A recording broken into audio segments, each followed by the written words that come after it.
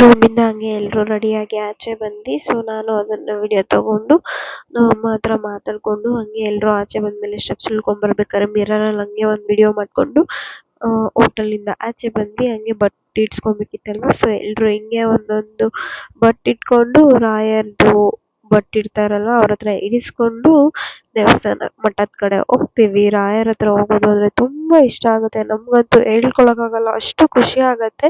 ಯಾಕಂದ್ರೆ ನಮ್ಗೆ ಅಷ್ಟು ಇಷ್ಟ ರಾಯರು ಅಂದ್ರೆ ಎಲ್ಲರಿಗೂ ಇಷ್ಟ ಇರ್ತಾರೆ. ಯಾರ್ಯಾರಿಗೆಲ್ಲ ಇಷ್ಟ ಅಂತ ಹಂಗೆ ಕಮೆಂಟ್ ಮಾಡಿ ತಿಳಿಸಿ. ನಮ್ಗಂತೂ ತುಂಬಾ ಇಷ್ಟ. ಸೊ ಹಂಗೆ ಅಲ್ಲಿ ದೇವಸ್ಥಾನ ಹತ್ರ ಹೋಗಿ ಹಾಯ್ ಗಾಯ್ಸ್, ಇವಾಗ ದರ್ಶನಕ್ಕೆ ಹೋಗ್ತಾ ಇದೀವಿ, ನೀವು ಬನ್ನಿ ನಮ್ಮ ಜೊತೆ.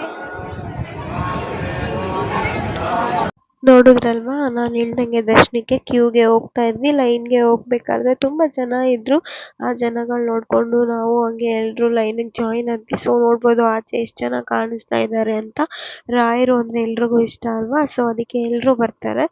ಎಷ್ಟೊಂದ್ ಜನ ಇದ್ರು, ತುಂಬಾ ಜನ ಇದ್ದಾರೆ. ಸೊ ನಾವು ಹಂಗೆ ಲೈನ್ಗೆ ಹೋಗಿ ಜಾಯಿನ್ ಆಗಿ ಹಿಂಗೆ ಹೋಗ್ತಾ ಇದ್ವಿ ರಾಯರ ದರ್ಶನ ಮಾಡಕ್ಕೆ. ರಾಯರ ದರ್ಶನ ಮಾಡ್ಬೇಕಾದ್ರೆ ಈ ಜನಗಳನ್ನೆಲ್ಲ ನೋಡ್ಕೊಂಡು ಅವ್ರನ್ನ ವಿಡಿಯೋ ತಗೊಂಡಿದ್ದೆ. ಸೊ ನಿಮ್ಗೆಲ್ಲ ಗೊತ್ತಾಗ್ಲಿ ಎಷ್ಟು ರಶ್ ಇರುತ್ತೆ ಅಂತ. ನೋಡಿ ಯಾವ ತರ ಇದೆ ಕ್ಯೂ ಅಲ್ಲಿ ಜನಗಳ ರಶ್ ಅಂತ ನೋಡ್ಕೊಳ್ಳಿ ನೀವುನು. ನೆಕ್ಸ್ಟ್ ಇವರು ಶರ್ಟ್ ಬಿಚ್ಕೊಂಡು ಲೈನ್ ಅಲ್ಲಿ ನಿಂತಿರು. ನಾನು ಬಾಡಿ ಬಿಲ್ಡರ್ಸ್ ಅಂತ ರೇಗಿಸ್ತಾ ಇದ್ದೆ. ಇವ್ರನ್ನ ರೇಗಿಸ್ಕೊಂಡು ಮತ್ತೆ ಹಂಗೆ ಮಾತಾಡ್ಕೊಂಡು ಮುಂದೆ ಬರ್ತಾ ಇದ್ವಿ. ಸೊ ಅದಾದ್ಮೇಲೆ ರಾಯರ ದರ್ಶನ ಪಡ್ಕೊಂಡು ಆರಾಮಾಗಿ ಆಚೆ ಬಂದ್ವಿ. ಕೇಳಿಸ್ತಾ ಇರ್ಬೋದು ಬ್ಯಾಕ್ ಗ್ರೌಂಡ್ ಮ್ಯೂಸಿಕ್ ನಿಮ್ಗೆ. ಸಾರಿ, ಮ್ಯೂಸಿಕ್ ಅಲ್ಲ, ಅದು ದೇವಸ್ಥಾನದಲ್ಲಿ ಬರ್ತಾ ಇರೋ ಸೌಂಡ್.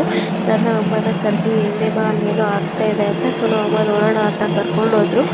ನೋಡಿದ್ರೆ ಅಲ್ಲಿ ಏನಾಯ್ತು ಅಂತ ಹಂಗೆ ನೀವೇ ನೋಡ್ತಾ ಇರಿ. ಆಕ್ಚುಲಿ ಮಂತ್ರಾಲಯಕ್ಕೆ ಹೋದ್ರೆ ಇವರು ಗುರುಗಳಿದಾರಲ್ವಾ, ಅವ್ರು ನೋಡ್ಕೊಂಡು ಬರ್ಬೇಕಂತೆ, ಒಳ್ಳೇದಾಗತ್ತೆ ಅಂತೆ. ಸೊ ನಾವು ಹೋಗಿ ಟೈಮ್ಗೆ ಅವರು ಬಂದಿದ್ರು, ಸುಬೇಂದ್ರ ತೀರ್ಥರು ಅಂತ. ಸೊ ಅದನ್ನ ನೋಡ್ಕೊಂಡು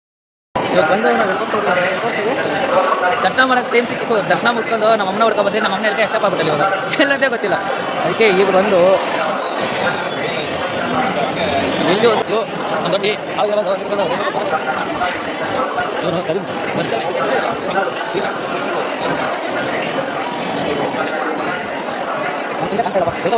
ಕಾಣಿಸ್ತಾ ಇಲ್ಲ. ಅವ್ರಿಗೆ ಉಪ್ಪನೇ ಇದ್ರೆ ಇಲ್ಲಿ ಇವರೇ ಇವ್ರ ಮಮ್ಮಿ.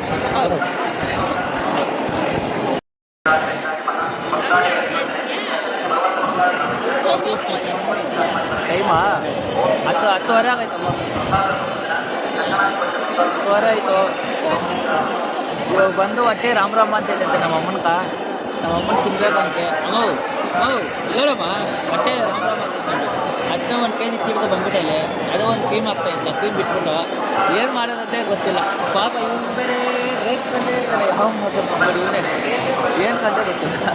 ಸೊ ನೋಡ್ತಾ ಇರ್ಬೋದು ಇವರು ಲಾಗ್ ಕಂಟಿನ್ಯೂ ಮಾಡ್ತಾ ಇದ್ರು. ಹಂಗೆ ರಾಯರ ದರ್ಶನ ಮಾಡ್ಕೊಂಡು ಬಿಚ್ಚಲಮ್ಮ ದರ್ಶನ ಮಾಡ್ಕೊಂಡು ರೂಮಿಗೆ ಬಂದ್ವಿ. ಇಷ್ಟ ಗೈಸ್. ನೆಕ್ಸ್ಟ್ ಏನಾಯ್ತು ಅಂತ ನೆಕ್ಸ್ಟ್ ವಿಡಿಯೋ ನೋಡಿ. Thank you.